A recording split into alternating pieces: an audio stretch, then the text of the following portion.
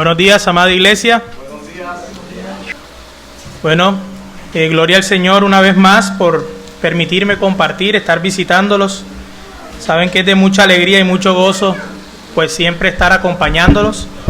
Bien, le doy las gracias al pastor Gerley, pues por programarme y darme la oportunidad de traer la palabra del Señor. Quiero que me acompañen en primer lugar a buscar el rostro del Señor en oración para que sea Él guiándonos a través de este sermón. Amado y bendito Dios y Padre que reina, Señor, te damos gracias porque te ha placido, Señor, en tu misericordia reunirnos en el día de hoy para alabarte, para exaltarte, para dar gloria a tu nombre, para bendecir tu nombre, pues solo tú eres digno, Señor. Te damos gracias porque a ti te ha placido que nos reunamos hoy para conocerte cada vez más a través de tu palabra, para ser edificados, Señor, para ser hechos conforme a la imagen de tu Hijo. Es por eso, Señor, que pedimos la guía y la asistencia de tu Espíritu Santo en este sermón, Señor. Sé muy bien que soy deficiente, soy limitado, Padre, pero confío plenamente en el poder que tú has prometido de tu Espíritu Santo para tu siervo, Señor. Sé tú guiándome, Padre, guardándome del error, que sea yo fielmente, Padre, hablador de tu palabra, un fiel expositor de tu palabra, que use bien la palabra de verdad, Señor. Pero también pedimos que tu Espíritu Santo trabaje en nuestros corazones, que prepare nuestros corazones, Padre, para que esta palabra, Señor, cumpla con el efecto, Señor, o el propósito por el cual tú me has enviado en el día de hoy, Señor. Que esto no quede en un conocimiento más, en un mero aprendizaje, Padre, sino que cada una de estas verdades y realidades expuestas en tu palabra, Señor, sean aplicadas a nuestra vida para que podamos amarte cada vez más, con más pureza, con más piedad, Señor, para que podamos amarte sinceramente, pero principalmente para que tú, Señor, seas glorificado en nuestras vidas. Todo esto lo pedimos en el glorioso nombre de tu amado Hijo Jesús. Amén y amén. El gran tema de la Biblia, mis hermanos, es salvación. Ese es el gran tema, el gran mensaje. El mensaje de la Biblia es que Dios, el creador del universo, en su gracia rescata a pecadores del infierno y en su gracia decide salvarlos y llevarlos al gozo eterno del cielo. Ese es el tema de la Biblia. De hecho, desde Génesis capítulo 3, donde nuestros primeros padres caen en pecado, hasta Apocalipsis capítulo 22, el final de la Biblia, el tema de los 66 libros de la Escritura es salvación. Salvación del infierno, salvación del pecado, salvación de la ira de Dios. Ese es el mensaje constante que nosotros vemos a lo largo de la Biblia. En otras palabras, Dios, el creador del universo, para su propia gloria, decidió crear y reunir para sí mismo a un grupo de personas específicas, los cuales serían los súbditos de su reino, los cuales le alabarán, los cuales le adorarán, le honrarán y lo bendecirán por siempre y para siempre. Ese es el mensaje o el gran tema de la Escritura. Pero debido a que nosotros somos pecadores y debido a que nosotros no podemos salvarnos por nosotros mismos, ni del infierno, ni de la justa condenación de Dios, no podemos librarnos del castigo que merecemos por nuestros pecados, entonces Dios, en su gracia y su misericordia, decidió rescatarnos. Dios decidió en su gracia y su misericordia diseñar un plan, una manera en la cual el pecador pueda ser salvo del infierno. Dios diseñó un plan mediante el cual Él pueda perdonar a pecadores de su pecado y perdonar a pecadores por todo su pecado, pero, y muy importante, sin pasar por alto su justicia y su santidad. Es por esto que un pago justo por el pecado debía hacerse para satisfacer la ira de Dios, la justicia divina, para que su justicia fuese satisfecha. Sin embargo, no puede ser el mismo pecador quien pague su deuda, pues de otra manera sería condenado igualmente.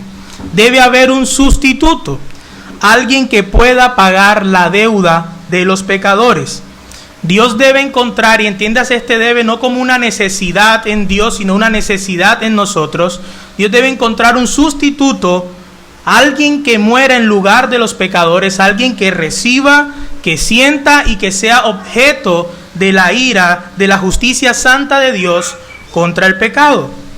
Y la Biblia nos dice que esta persona, este sustituto, es el Hijo de Dios, el cual es Dios, y vino al mundo en carne humana, vere homo, vere deus, verdaderamente hombre, verdaderamente Dios, perfecto en deidad, pero también perfecto en humanidad.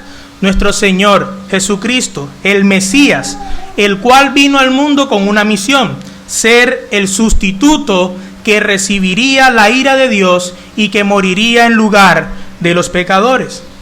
Y a lo largo del Antiguo Testamento se nos dice que el Hijo viene, que el Salvador viene, que el Mesías vendrá. Él es aquella simiente prometida en Génesis 3:15. Él es la simiente de Abraham en la cual serán benditas todas las naciones de la tierra. Él es aquel que es simbolizado en todos los sacrificios de la ley mosaica. Él es el profeta, sacerdote y rey prometido. Él es el hijo de David. Él es el siervo sufriente y sustituto de Isaías y los demás profetas, el cual sería herido por nuestras transgresiones, molido por nuestros pecados, el cual llevaría sobre sí el castigo de nuestra paz, y Él es el cual por sus llagas seríamos nosotros curados. Entonces el Antiguo Testamento viene prometiendo y esperando al mismo tiempo la venida de ese Salvador que Él viene anunciando. El Antiguo Testamento está prometiendo la venida del Mesías, de un Salvador, del Señor. Y todos los judíos sabían esto. Los judíos tenían claro que el Antiguo Testamento, la palabra del Señor, estaba prometiendo al Mesías, al Salvador. Ellos estuvieron esperando durante siglos el cumplimiento de estas profecías. De hecho, hay muchos que aún todavía esperan que esto se cumpla. Ahora, quiero que tenga en mente este marco de espera del Mesías. Ellos están esperando al Mesías. Quiero que tenga esto en mente. Y con esto en mente, que vendrá un Mesías, el cual tiene una misión clara, salvar a su pueblo. Con eso en mente, quiero que me acompañe al Evangelio según Lucas, capítulo 4, y leeremos los versículos del 16 al 21. Lucas, capítulo 4, versículos del 16 al 21. Tenga presente este marco de espera. Ellos están esperando al Mesías, al Salvador, a aquel que vendrá a librarlos del pecado. Lucas, capítulo 4, y leeremos los versículos del 16 al 21.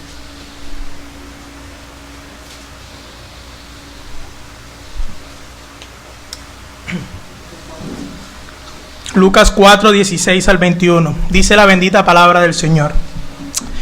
Llegó a Nazaret, donde se había criado, y según su costumbre, entró en la sinagoga el día de reposo y se levantó a leer.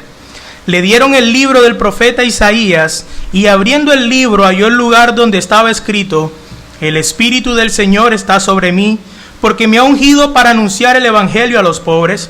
Me ha enviado para proclamar libertad a los cautivos y la recuperación de la vista a los ciegos, para poner en libertad a los oprimidos, para proclamar el año favorable del Señor. Otras traducciones dicen el año agradable.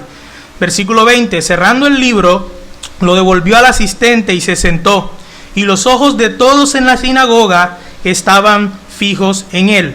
Y comenzó a decirles: hoy se ha cumplido esta escritura que habéis oído, o en otras traducciones, delante de vosotros. Pueden sentarse, mis queridos hermanos. El sermón en el día de hoy lleva por título: Esperanza en la gloriosa misión del Mesías.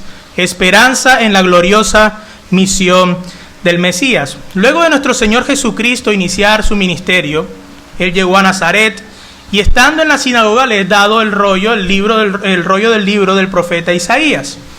Él halló el lugar, no sabemos si fue que él lo buscó, pues a propósito, o era el texto que tocaba ese día en la sinagoga leer, Isaías 61, que es el que tenemos en nuestras Biblias como Isaías 61. Y él halló el lugar del pasaje que nosotros acabamos de leer, y una vez termina, él dice: hoy se ha cumplido esta palabra delante de vosotros. Tenga en cuenta que el pasaje que Jesús acaba de leer es un pasaje mesiánico totalmente. Es un pasaje que describe al Mesías y que describe la obra, la misión del Mesías. Y Jesús, luego de leer, recuerden que les dije que tuviera en mente el marco de espera del Mesías. Él lee un pasaje mesiánico y luego de leer dice: hoy se ha cumplido esta escritura delante de vosotros. Lo que nuestro Señor Jesucristo estaba diciendo es: yo soy el Mesías, yo soy el cumplimiento de estas profecías. Ya es el cumplimiento de esto que han profetizado, es el año agradable de salvación. Es la salvación, es la redención, ya no es algo futuro, la salvación ya está aquí, la redención ya está aquí, el Mesías, el Salvador, está aquí. Yo soy su Salvador, yo soy su Mesías, es lo que nuestro Señor Jesucristo estaba afirmando.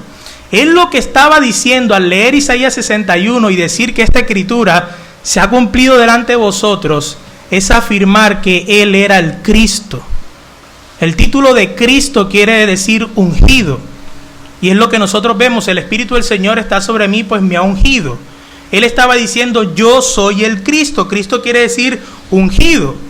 Y surge entonces la pregunta: ¿ungido de qué? ¿O ungido para qué? Bueno, en la Escritura nosotros nos damos cuenta que existían oficios, específicamente 3 oficios, en los cuales las personas que iban a desempeñar estos roles u oficios eran ungidos de manera especial para poder desempeñar dichas funciones. Me estoy refiriendo a los conocidos oficios de sacerdote, profeta y rey, que de manera clara podemos ver en este pasaje. Y este concepto de unción, de ungido, de Cristo, va a ir tomando más relevancia a medida que la Escritura va previendo quién es el ungido supremo. Aquellos que cumplían estos roles de oficio de sacerdote, profeta y rey eran intermediarios entre Dios y el pueblo. Por ejemplo, el profeta era un intermediario de parte de Dios para el pueblo, el cual traía el mensaje de Dios, la palabra de Dios. El sacerdote era un intermediario, pero de parte del pueblo para Dios, el cual ofrecía el sacrificio de parte del pueblo hacia Dios. Y el rey también era un intermediario, ya que el rey no era autónomo. El rey debía reflejar el gobierno justo de Dios hacia el pueblo. Y en este pasaje donde el Señor expone Isaías 61, claramente podemos ver estos oficios. Él ha sido ungido como profeta para anunciar las buenas nuevas. Él ha sido ungido como sacerdote, como dice la Reina Valera, para sanar a los quebrantados de corazón. Pero también ha sido ungido como rey para poner en libertad a los cautivos. Y a diferencia de los que fueron ungidos en el Antiguo Testamento para estos oficios, Cristo fue ungido de manera especial. Él no fue ungido con óleo natural simplemente, sino que Él fue ungido de manera especial con el Espíritu Santo. Él fue ungido con el Espíritu Santo para capacitarlo para la labor que ejercería nuestro mediador. Nosotros sabemos que esto se desprende del pacto de redención intratrinitario que hubo en la eternidad. Este no fue el plan B. Muchos piensan que el Padre iba a destruir el universo, iba a destruir el mundo, y Cristo se puso en la mitad. No, Padre, no lo hagas, castígame a mí, yo voy por ellos. No. Eso es una gran película que se han inventado muchas personas.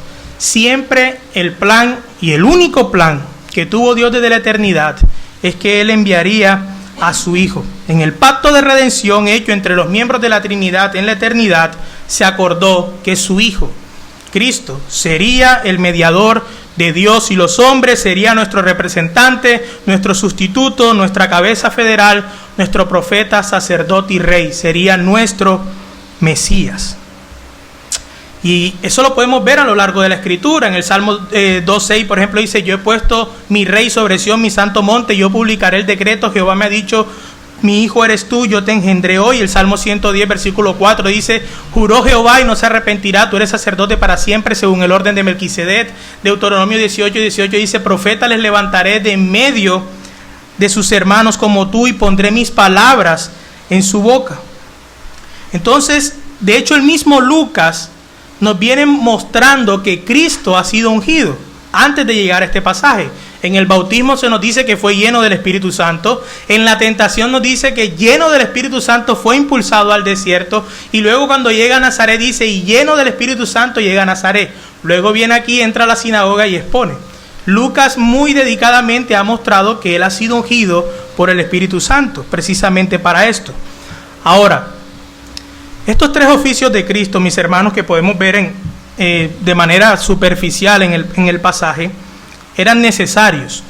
Era necesario que Él desempeñara estos tres. Él no vino a desempeñar uno ni dos, sino los tres que nosotros podemos ver en nuestro texto, debido al estado miserable en que nos encontrábamos nosotros los pecadores. Era necesario que Él desempeñara el oficio de profeta, ya que debido a nuestro pecado, mis hermanos, vivíamos en la ignorancia y en la oscuridad, en la ceguera espiritual, y Cristo, como es la luz, vino a iluminar nuestras mentes y a darnos el entendimiento que pondría fin a nuestra ignorancia, a revelarnos la voluntad de Dios. Pero el oficio de profeta en Cristo alcanza su cúspide o su cenit, ya que Cristo es el mayor profeta que ha existido. De hecho, el tema de los profetas era Cristo. Y aquí en la profecía bíblica nosotros podemos ver que Cristo es tanto el sujeto como el objeto de la profecía bíblica. Él es el sujeto, Él es el mensajero, aquel que trae el mensaje, pero al mismo tiempo Él es el objeto, Él es el mensaje. Él es el mensajero y el mensaje. Por eso es que el Padre, después del bautismo, después de haberlo ungido con el Espíritu Santo, dice a Él: oíd. El oficio de sacerdote también era necesario, ya que debido a nuestro pecado, a nuestra culpa, estábamos bajo la condenación de Dios, a la condenación eterna, y no podíamos remover la más mínima mancha de nuestro pecado. Pero gloria a Dios por el sumo sacerdote que tenemos, el cual expió nuestro pecado, y aquí Cristo también es el objeto y sujeto del oficio sacerdotal. Él es quien ofrece el sacrificio perfecto, como dice Hebreos, que fue ofrecido una vez y para siempre, pero al mismo tiempo Él era el sacrificio. Lo que fue ofrecido no fue un toro, no fue una cabra, no fue una oveja. Todo eso fueron símbolos o sombras de aquel sacrificio perfecto y final que realizaría Cristo. Él es el verdadero Cordero, Él es el Agnus Dei que predicó Juan el Bautista, el Cordero de Dios que quita el pecado del mundo. Pero el oficio real de Cristo también era necesario, ya que debido a nuestro pecado estábamos bajo la esclavitud de Satanás y el reino de las tinieblas. No podíamos librarnos por nosotros mismos. Por lo tanto, Cristo, como nuestro Rey soberano y poderoso, nos libera, lleva cautiva la cautividad y destruye el dominio del pecado en nosotros.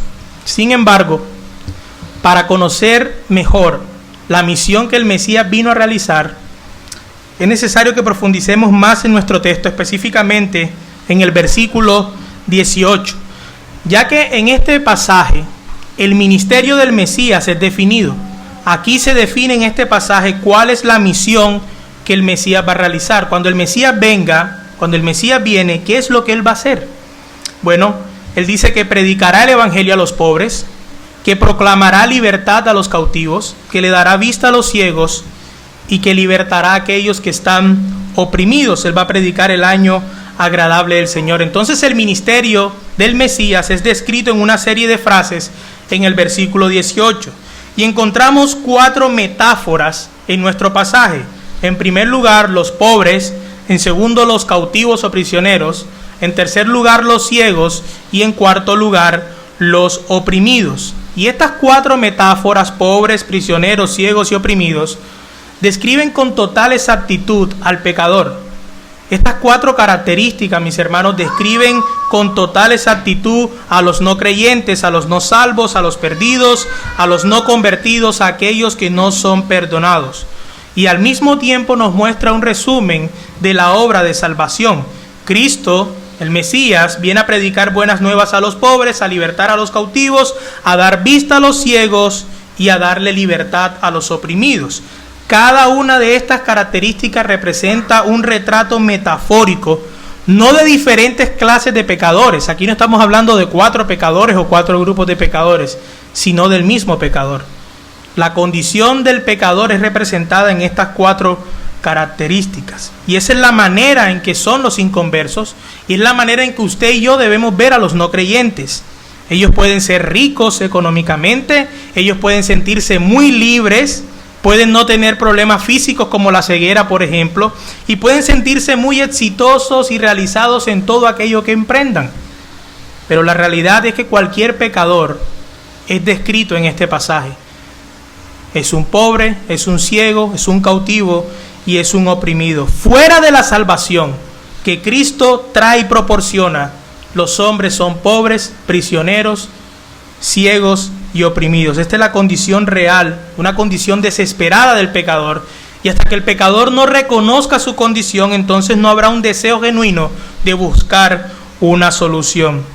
Ellos tienen que ver y comprender cuál es su situación para que entonces el único que puede librarlos lo haga. Tienen que reconocer que no tienen nada en sí mismo para resolver este estado miserable y mortal en el que se encuentran. Y Jesús está hablando de esto. Ese es el punto que Jesús está diciendo aquí cuando Él abre o explica el significado de Isaías 61, que cuando el Mesías viene, Él va a realizar su obra con los pobres, con los cautivos, con los ciegos y los oprimidos. El Espíritu del Señor está sobre mí. Eso lo está identificando como el Mesías.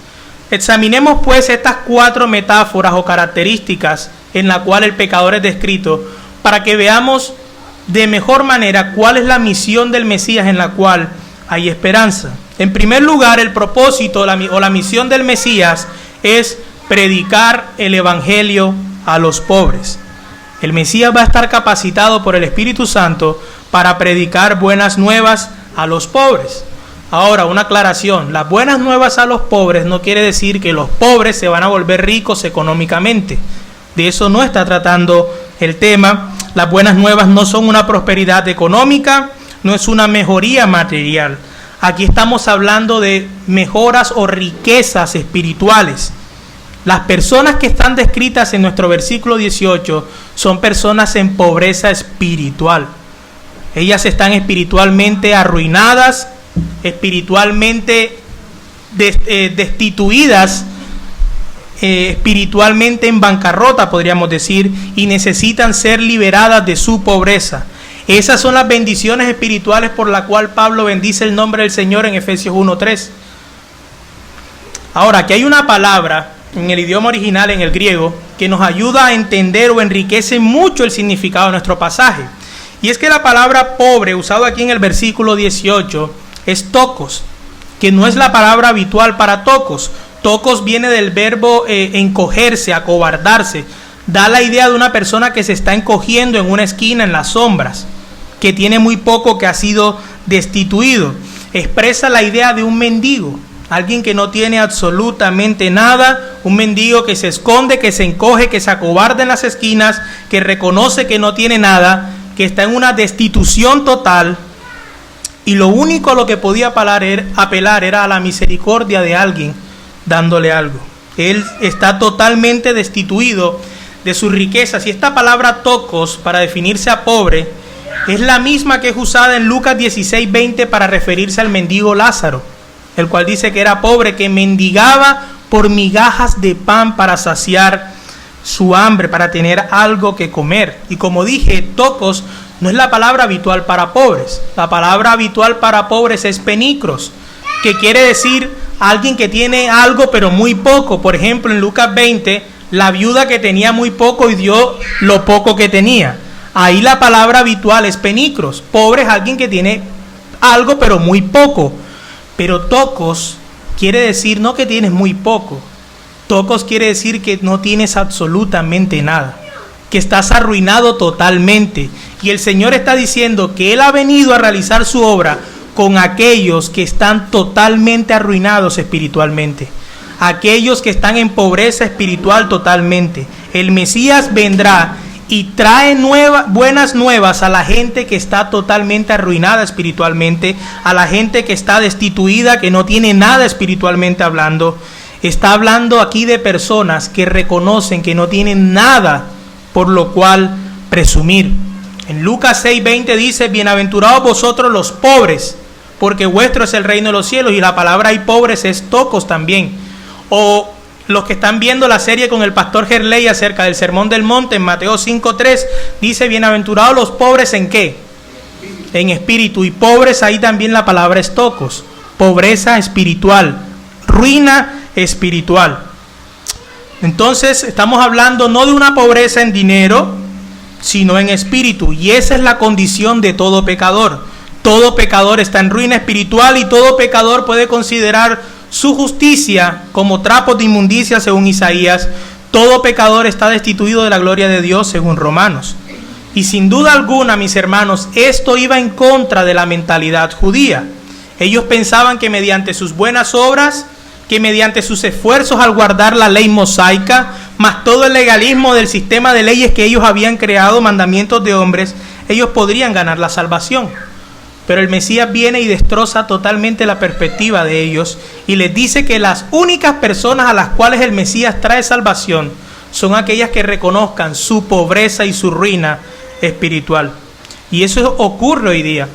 Mientras usted piense que sus buenas obras, que su moralidad, que sus buenos actos le sirven de algo en cuanto a la salvación, su destino va a ser el mismo que el de los fariseos, y es la condenación.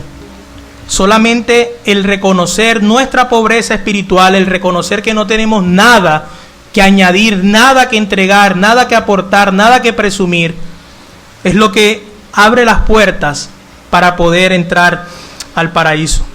Si usted piensa que su religión le sirve de algo, usted será condenado.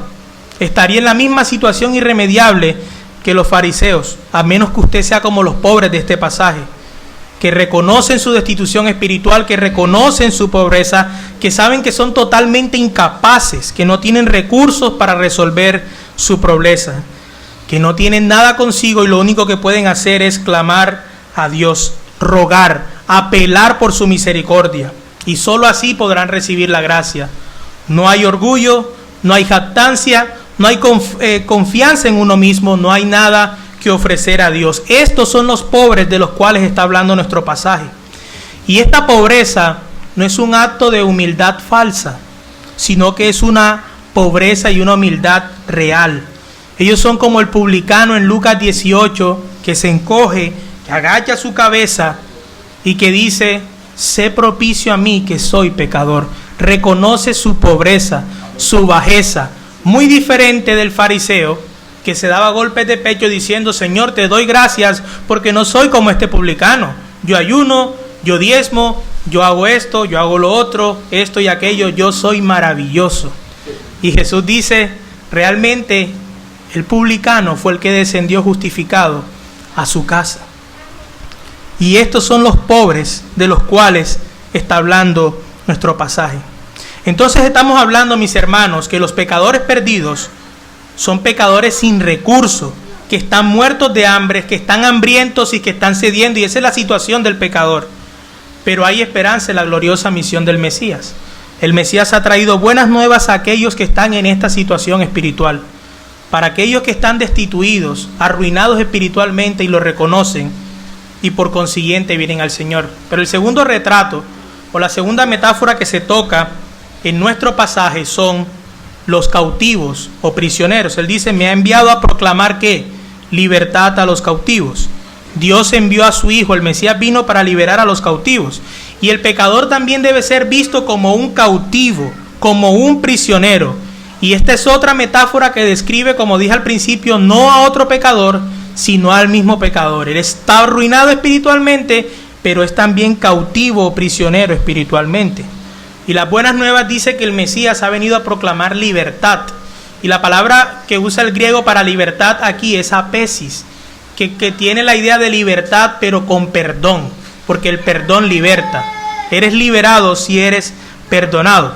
Ahora, también sabemos que nuestro pasaje no está hablando de prisioneros físicos reales aquí, como tampoco estaba hablando de pobres económicamente. Él está hablando aquí de prisioneros espirituales, gente que está en esclavitud espiritual y son esclavos como culpables de su pecado. Estos son cautivos espirituales y es la manera en que nosotros debemos ver al pecador. El pecador es un prisionero. De hecho, así ellos piensen que son libres. Y de hecho ellos ven al cristianismo como una especie de esclavitud. Aunque ellos se sientan libres, la Biblia dice que ellos son esclavos, que son prisioneros. Ellos son cautivos, ellos están endeudados por causa del pecado y no tienen cómo pagar la deuda. Son prisioneros de Dios que esperan la justicia eterna. Son prisioneros de Dios que esperan la justa condenación. Pero al mismo tiempo también son los hijos de ira, descritos en Efesios 2, versículos 1 y 2, los cuales están bajo el poder de Satanás. Entonces estamos viendo que el pecador es un cautivo en todo sentido. Él es un Hay un sentido en el cual son esclavos del pecado, hay un sentido en el cual son esclavos de Satanás, hacen lo que bajo la voluntad del príncipe de los aires, como dice Efesios capítulo 2. Pero podemos decir que esto es simplemente una subdefinición de la verdadera esclavitud del pecador. Porque es que el pecador realmente está prisionero, es de la justicia divina. Dios lo ha aprisionado a él como castigo. Y solamente el pecador espera la justa condenación, la sentencia que Dios ha decretado de muerte para ellos. Entonces el pecador es un cautivo de Satanás, es un cautivo del pecado, pero al mismo tiempo es un cautivo o prisionero del juez soberano, quien es Dios, el cual lo hace responsable de su pecado. Es una situación terrible, una condición totalmente terrible en la cual está el pecador. Es cautivo de su pecado, es cautivo de Satanás, pero al mismo tiempo es cautivo de Dios, que espera su muerte inminente. Pero aún para estas personas hay esperanza. El Mesías vino a obrar para ellos, vino a realizar su misión con ellos. Él liberará al cautivo por medio de su obra. ¿Recuerdan que dije que apesis quiere decir libertad, pero con perdón? Él viene a liberarlos. ¿De qué manera? A través del perdón divino. ¿Cómo fue esto? Cristo tomó la deuda de los prisioneros. Cristo tomó la deuda y la pagó Él mismo. En su cuerpo tomó nuestro castigo. Y es la única manera en que podemos ser liberados de esa esclavitud, por medio del perdón divino, que es solamente posible a través de la fe en Cristo. En tercer lugar, tenemos a los ciegos. El Mesías ha venido a dar vista a los ciegos, y es la tercera metáfora para los condenados. Y tampoco se refiere a ciegos físicos aquí, aunque Jesús sí sanó a ciegos físicamente, lo podemos ver claramente en los evangelios. Pero tampoco se está refiriendo a personas ciegas físicamente aquí. Él está hablando a ciegos espiritualmente, aquellos que están en oscuridad, en tiniebla espiritual, en una ceguera espiritual. Y la Escritura también muestra esta ceguera del pecador, que también es terrible, así como hemos visto la pobreza y la cautividad de ellos, en varios sentidos. Entonces el pecador, en primer lugar, no solo carece de recursos para ganarse el favor de Dios y de esta manera es pobre, no solo es culpable del pecado y por lo tanto es un prisionero divino, sino que también está ciego en el hecho de que no puede ver ni entender la verdad.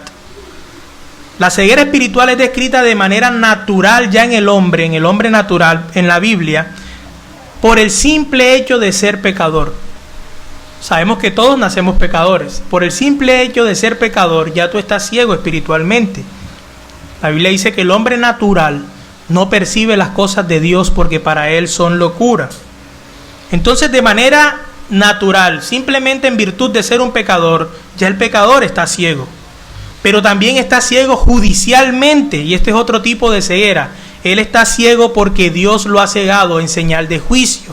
Juan 12:40 dice que el Señor cegó los ojos de ellos y endureció su corazón para que no vean con los ojos y entiendan con el corazón y se convierta y yo los sane. Entonces la mente del hombre natural, para comenzar, es ciega, pero después Dios añade a esa ceguera más ceguera al sentenciarlo como castigo de su pecado. Romanos 1:21 dice que habiendo conocido a Dios, no le glorificaron como a Dios, ni le dieron gracias, sino que se envanecieron en sus razonamientos y su necio corazón fue que entenebrecido. Más adelante va a decir que el Señor los entregó a una mente reprobada. Es juicio, ellos están ciegos también judicialmente. Pero en tercer lugar, el pecador está aún más cegado debido a un poder satánico. Segunda de Corintios 4:4 dice que el príncipe de este siglo ha cegado el entendimiento de los incrédulos. El Dios de este siglo ha cegado el entendimiento de los incrédulos. Entonces el pecador está ciego naturalmente, ciego de manera demoníaca, de manera satánica, pero también están ciegos judicialmente como juicio y castigo por su pecado. Esta situación terrible no puede ser tampoco resuelta por él mismo. No puede resolver por sí mismo el dilema de esta ceguera espiritual. De hecho, él tampoco quiere que sea resuelta.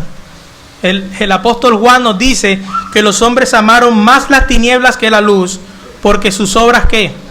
Eran malas. Porque todo aquel que hace lo malo aborrece a la luz y no viene a la luz. Sin embargo, para aquellos que reconocen que están en el reino de las tinieblas, para aquellos que reconocen que son merecedores del castigo divino, el versículo 18 da esperanza en la misión del Mesías. Él ha venido a dar vista a los ciegos. Él dijo: yo soy la luz del mundo, y el que me sigue no andará en tinieblas, sino que tendrá la luz de la vida. 2 Corintios 4:6 dice que Dios, que mandó que de las tinieblas resplandeciese la luz, es el que resplandeció en nuestros corazones para iluminación del conocimiento de Dios en la faz de Jesucristo. El pastor Gerley, en la serie Colosenses, en Colosenses 1:13, habló de que Él nos ha liberado o librado de la potestad de las tinieblas y nos ha trasladado al reino de su Hijo. Sin duda alguna, mis hermanos, la luz brilla en el corazón de aquel que se encuentra con el Mesías. Aquel a quien Cristo, o por quien Cristo ha venido, verá luz, será hijo de luz y andará en luz. Entonces el Mesías ha venido por aquellos que están en pobreza espiritual y lo saben, aquellos que son cautivos espirituales y lo saben, aquellos que son ciegos espiritualmente, pero finalmente nuestro texto dice que Él ha venido por los oprimidos. Y esta es la cuarta metáfora para referirse al mismo pecador. El pecador es alguien que está oprimido, abrumado, agobiado, atosigado, una persona que está afligida, que ha perdido todo gozo y toda esperanza. De hecho, troao, que es el griego que se usa en este pasaje para oprimido, tiene la idea de alguien que es triturado por la opresión que se le está haciendo. La carga que lleva es alguien que está siendo triturado, pronto a ser desmenuzado. Y el Señor está diciendo que Él ha venido por ellos.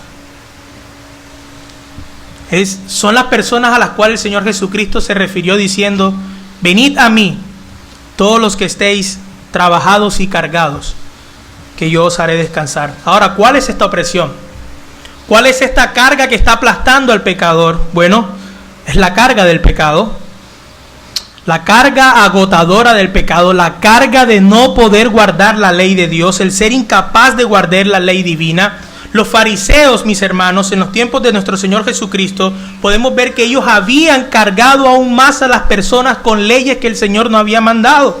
Y Jesús dice en Mateo 23 que ellos estaban poniendo más carga aún sobre las personas.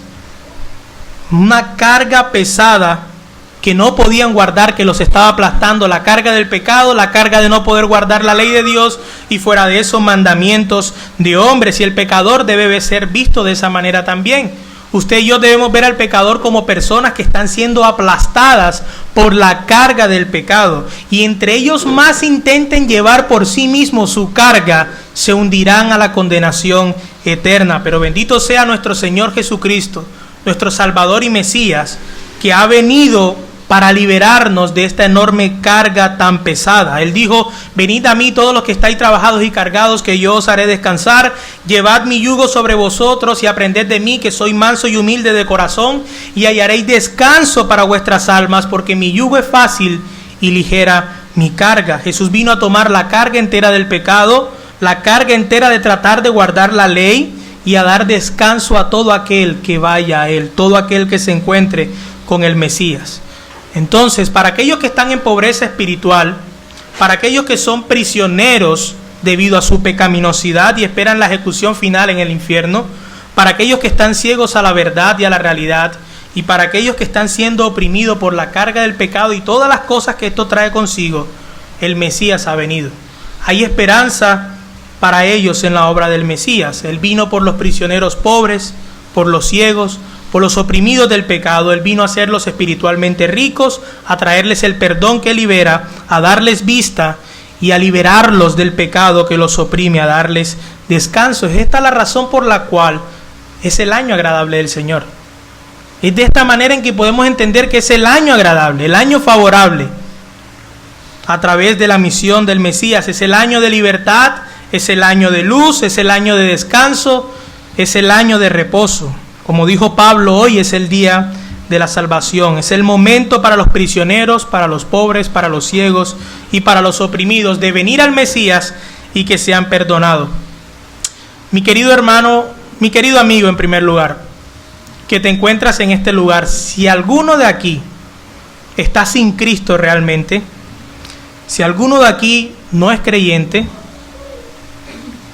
Hemos visto en el día de hoy cuál es la descripción que la palabra de Dios hace acerca de ti.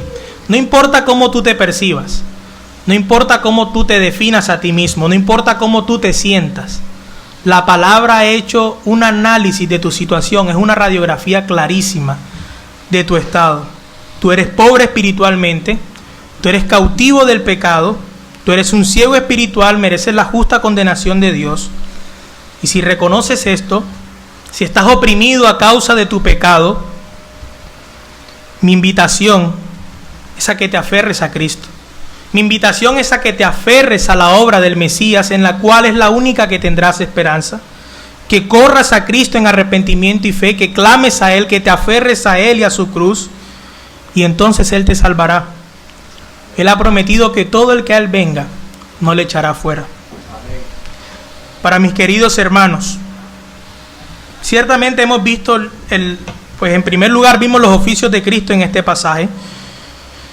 Y nuestra necesidad de los oficios de Cristo, mis hermanos, es diaria absolutamente. Nuestra necesidad es absoluta de hacer uso de los oficios de Cristo. Dios nos salvó de la ignorancia de nuestro pecado. Pero mis hermanos, ¿quién de nosotros no sigue siendo necio? ¿Quién de nosotros no sigue siendo torpe? Necesitamos día a día ser enseñados por Dios. Necesitamos día a día ser instruidos a través de su palabra. Necesitamos al gran profeta para que nos guíe y nos instruya diariamente. Sabemos que debido a su oficio sacerdotal podemos entrar confiadamente al trono de gracia. Pero mis hermanos, ¿quién de nosotros no peca a diario? ¿Cuántos pecados hemos cometido en el día de hoy incluso? ¿Quién de nosotros no eleva oraciones imperfectas a diario?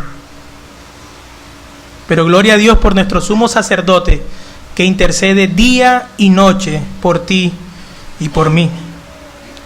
Dios nos liberó también de la esclavitud de Satanás. Dios nos libertó de la potestad del reino de las tinieblas. Dios nos libertó de la esclavitud de nuestro pecado. Pero seguimos siendo débiles.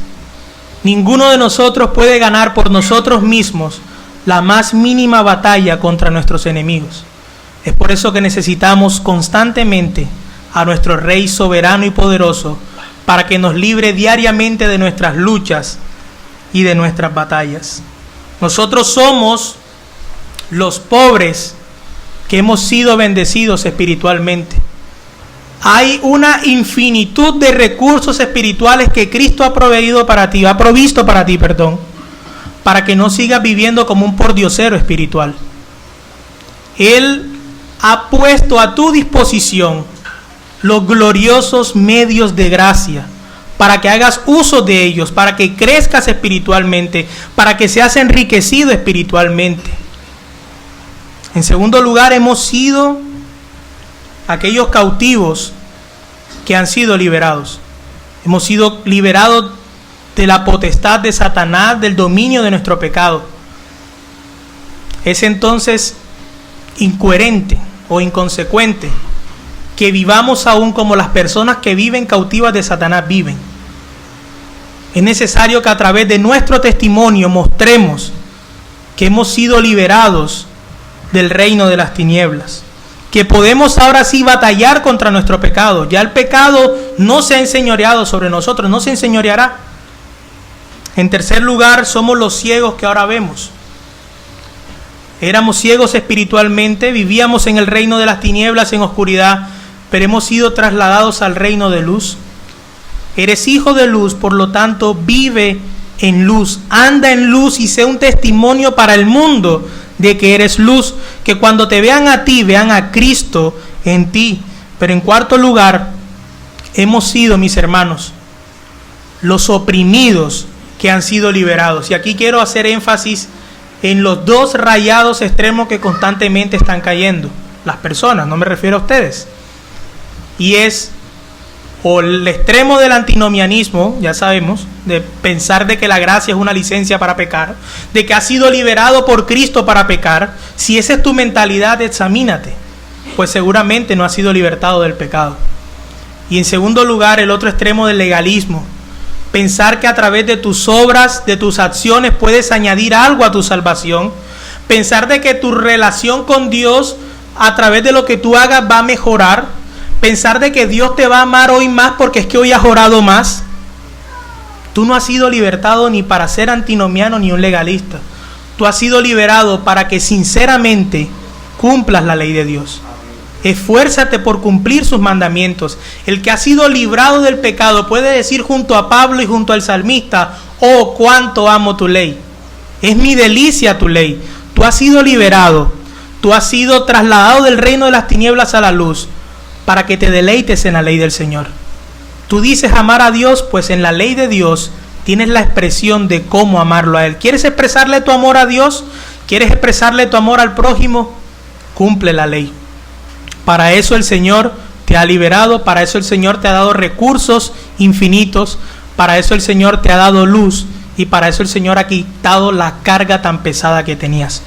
Que el Señor continúe bendiciendo siempre su palabra. Gloria a Dios, vamos a orar.